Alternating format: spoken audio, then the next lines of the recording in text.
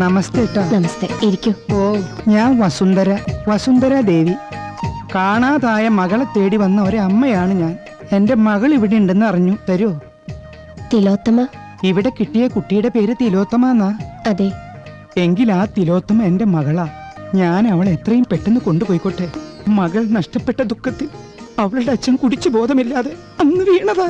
പിന്നീട് ഇതുവരെ എഴുന്നേറ്റിട്ടില്ലേ? ഞാനിവിടെ വരുന്നത് വരെ എഴുന്നേറ്റിട്ടില്ല. ഇനി ഇപ്പൊ എഴുന്നേറ്റിട്ടുണ്ടോന്ന് എനിക്കറിയില്ല. പോയി നോക്കണം. ഏയ്, അത് വേണ്ട. ബോധം വരുമ്പോ പിന്നെയും കുടിക്കും. അപ്പൊ ബോധം കെടും. അങ്ങനെ ബോധം വരിക, കെടുക. ജീസസ്, അതാരാ?